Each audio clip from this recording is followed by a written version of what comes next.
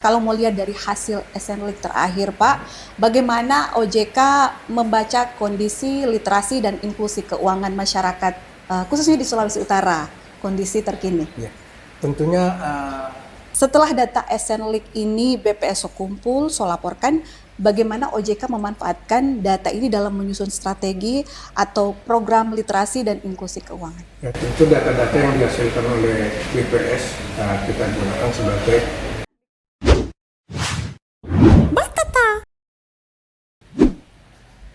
Tabe apa tuh Ariwaya, baku dapat lagi dengan kita di podcast Badan Pusat Statistik Provinsi Sulawesi Utara, Batata, bahas data dengan kita. Yeay, tepuk tangan. Oke, terima kasih.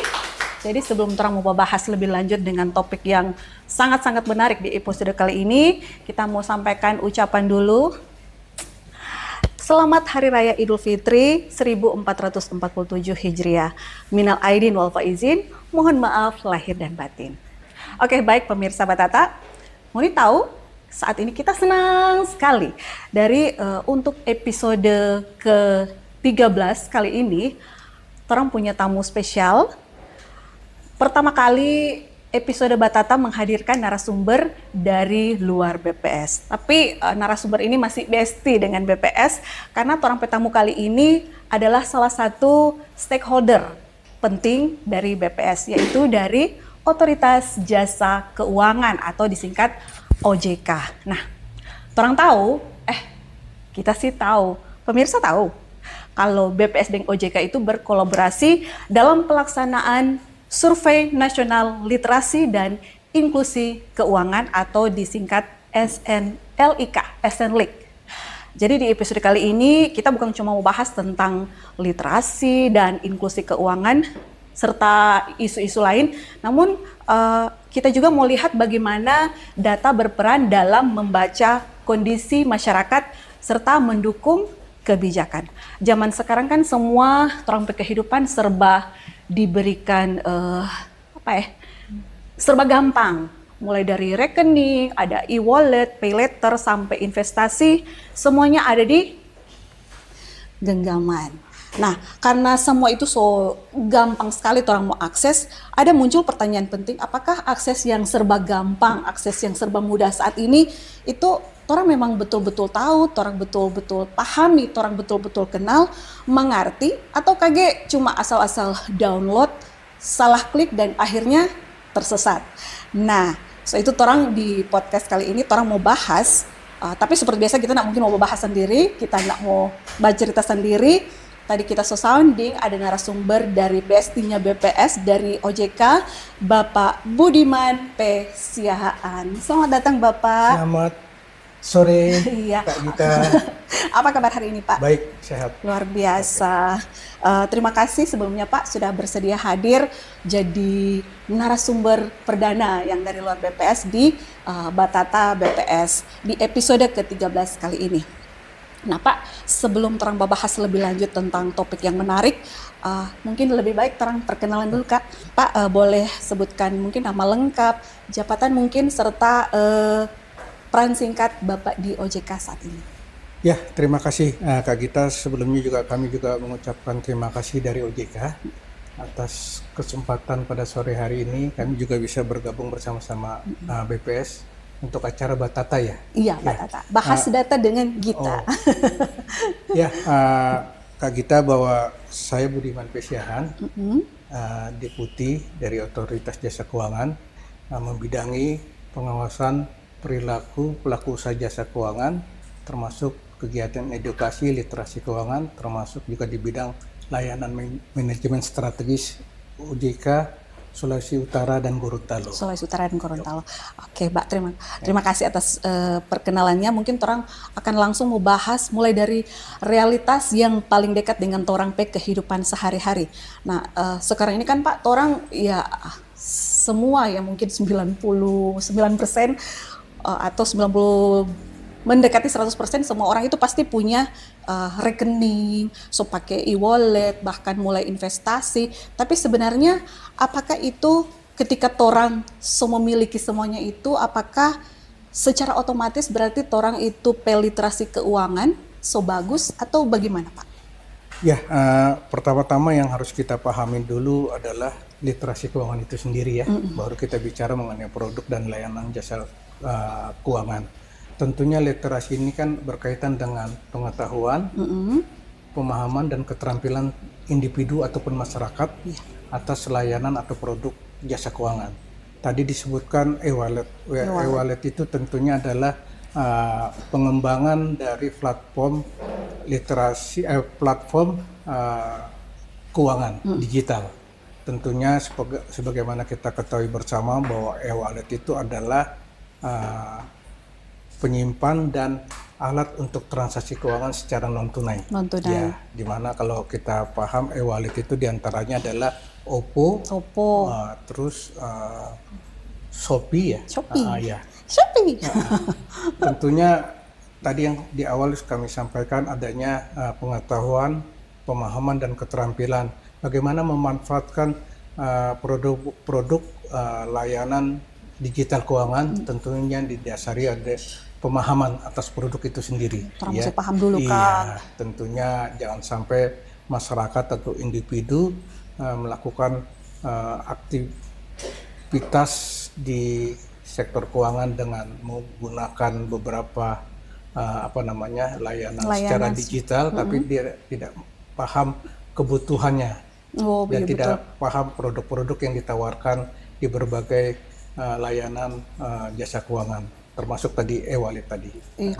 Jadi ternyata itu sekalipun akses yang luas itu nyandak menjamin adanya pemahaman yang cukup kan tentang literasi keuangan. Nah, biar pemirsa Batata tahu nih Pak, sebenarnya apa dan perbedaan mendasar antara literasi keuangan dengan inklusi keuangan, dan kenapa dua hal ini mesti jalan bersama, enggak? Satu yang di depan, satu di belakang, atau sebaliknya? Bagaimana Pak? Seperti yang saya sampaikan di awal bahwa literasi itu berkaitan dengan pengetahuan, pemahaman dan kemampuan dia dalam hal layanan jasa keuangan termasuk juga pengelolaan keuangan. Sementara kalau inklusi itu kan terkait dengan aksesnya, ketersediaan layanan dan produk dan juga kemudahan bagi masyarakat untuk menikmati layanan-layanan itu. Tentunya antara literasi dan inklusi itu harus seiring sejalan karena berkaitan bagaimana masyarakat menggunakan layanan atau produk keuangan itu, sementara tingkat literasinya itu kurang. Sementara kalaupun literasinya itu dia memiliki kemampuan yang cukup, namun akses keuangan masih sangat terbatas. Mungkin Kak Gita tahu bahwa Indonesia ini kan banyak beberapa wilayah-wilayah yang tentunya memerlukan akses teknologi yang cukup di daerah-daerah atau di daerah kepulauan seperti di Provinsi Sulawesi Utara ini. Tentu layanan-layanan itu kan harus disediakan kepada masyarakat, kebutuhan-kebutuhan apa yang sesuai dengan masyarakat di sekitar situ. Jadi intinya bukan cuma yang penting punya akses, tapi orang juga mesti paham kan bagaimana menggunakan segampangnya akses itu dengan bijaksana. Nah, kalau dari sisi OJK sendiri Pak, tantangan terbesar dalam meningkatkan literasi keuangan masyarakat Indonesia saat ini DP tantangan seperti apa? Apakah lebih ke edukasi, perilaku, atau kepercayaan masyarakat? Tentunya hal yang paling, kalau kita urgensinya adalah yang paling penting itu adalah perilaku. Karena masyarakat kalau teredukasi dengan baik, entah itu bagaimana pemahaman atas produk, pemahaman atas layanan, ataupun dia sudah mendapatkan atau memiliki beberapa produk, tapi kalau dari sisi perilaku tentunya ini kan berkaitan dengan psikologi juga. Psikologi, dan juga kalau kita tahu psikologi individu atau masyarakat terkait juga dengan tingkat emosi. Bagaimana masyarakat itu harus memahami kebutuhannya seperti apa. Layanan-layanan yang mudah itu tentunya jangan sampai dia rasa butuh sesuatu yang sebenarnya tidak butuh kan Pak. Dia langsung melakukan akses ke beberapa layanan, namun sesungguhnya dia tidak tahu apa produk yang ditawarkan. Itu kadang-kala juga dari sisi psikologis juga ada kaitan dengan gaya hidup, konsumerisme, keinginan mata Pak. Karena tentu di platform banyak yang ditawarkan, banyak tawaran menggiurkan, apalagi jadi perilaku yang menjadi hal yang penting. Tentunya edukasi juga sejalan dengan itu, bagaimana pemahaman individu atau masyarakat untuk menggunakan beberapa produk sesuai dengan kebutuhan. Iya. Iya. Jadi berarti DP tantangan ini rupa paket komplit Kang Pak, Iya. bukan cuma menyediakan informasi tapi juga membangun kebiasaan dan orang mesti paham dengan betul, jangan sampai salah mengerti, salah jalan Iya. Kang. Nah, kalau mau lihat lebih spesifik nih Pak, kelompok mana yang menurut OJK masih perlu perhatian lebih dalam peningkatan literasi keuangan? Apakah anak muda, pelaku UMKM, perempuan atau emak-emak ini, atau masyarakat di wilayah pedesaan? Ya, Kak Gita, kita OJK bersama Lembaga Jasa Keuangan, termasuk juga beberapa instansi pemerintah, kita memiliki program Gerakan Cerdas Keuangan. Gerakan Ya, Cerdas Keuangan. Ini diberikan dengan pada berbagai segmen masyarakat. Mulai tadi yang Mbak Gita sampaikan, masyarakat di pedesaan, Anak terus muda, anak muda, mama-mama, lalu juga di daerah yang 3T, 3T, terluar, terdepan, tertinggal. terluar, Iya. tertinggal. Oh, Tentu kan ini banyak tantangannya, Kak Gita, khususnya bagaimana kita mampu memberikan satu tingkat literasi kepada masyarakat di wilayah-wilayah itu. Termasuk juga kita melayani pada segmen masyarakat disabilitas.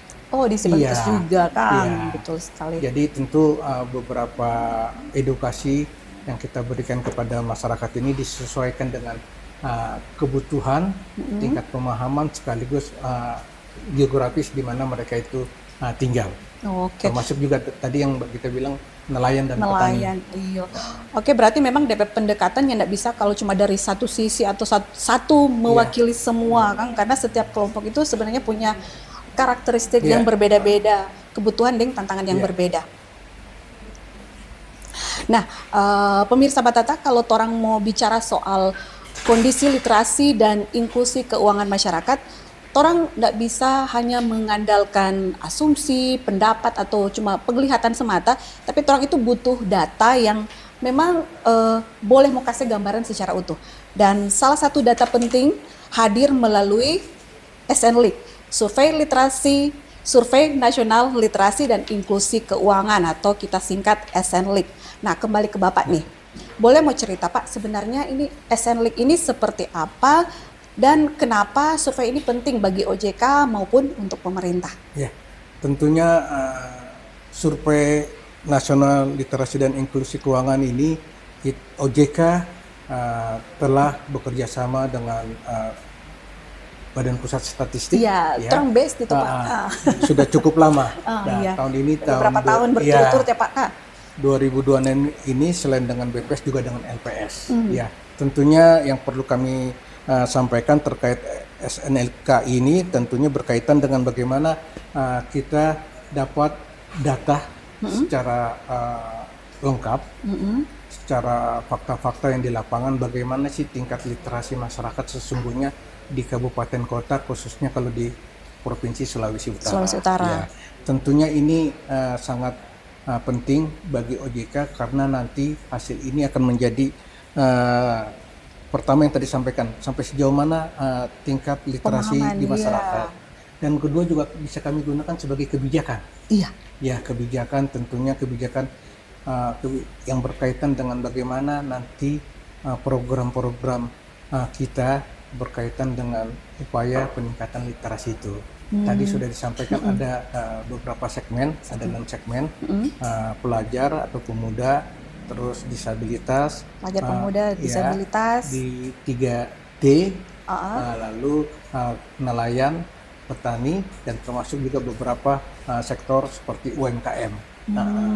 Jadi sebenarnya di SNLIC ini memang punya posisi yang sangat penting, Kang Pak, karena membantu melihat kondisi masyarakat secara lebih terukur. Nah, dalam pelaksanaan SNLIC ini OJK kan berkolaborasi ya dengan BPS. Ini sangat menarik karena ada pertemuan dan perpaduan antara kebutuhan kebijakan dan kekuatan statistik resmi.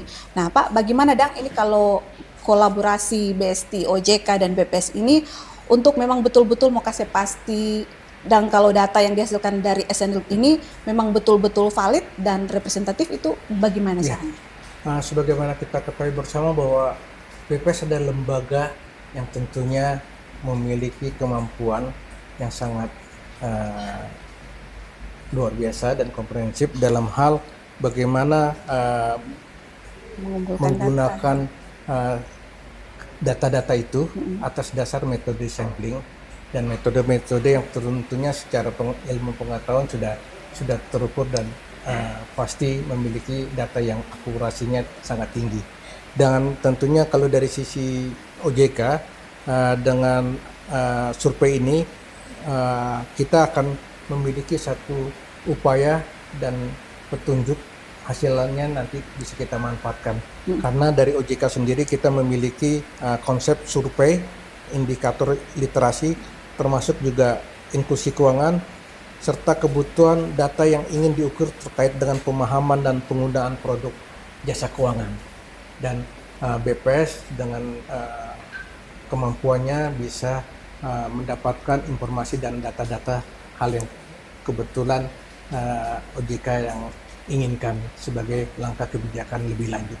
Oke, jadi dari metodologi, cakupan hingga kualitas proses pengumpulan data semua kan tuh punya peran penting. Nah, kalau mau lihat dari hasil SNLIC terakhir, Pak, bagaimana OJK membaca kondisi literasi dan inklusi keuangan masyarakat khususnya di Sulawesi Utara, kondisi terkini? Ya, tentunya survei nasional literasi dan inklusi keuangan tahun 2025 ini cakupannya sudah wilayah provinsi, tidak sebagaimana tahun sebelumnya adalah nasional. Indonesia nasional ya. Ya, tentunya kalau dibandingkan tingkat nasional bisa kami sampaikan bahwa indeks inklusi keuangan masyarakat tingkat nasional mencapai 80,51 dari tahun sebelumnya 75,02.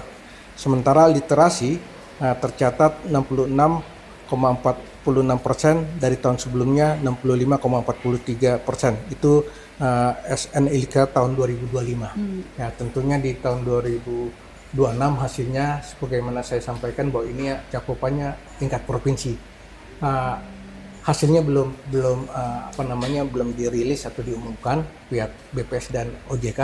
Namun demikian dapat kami sampaikan untuk wilayah Provinsi Sulawesi Utara berbagai program gencarkan tadi kami berkolaborasi dengan lembaga jasa keuangan termasuk juga dengan BPS, ya.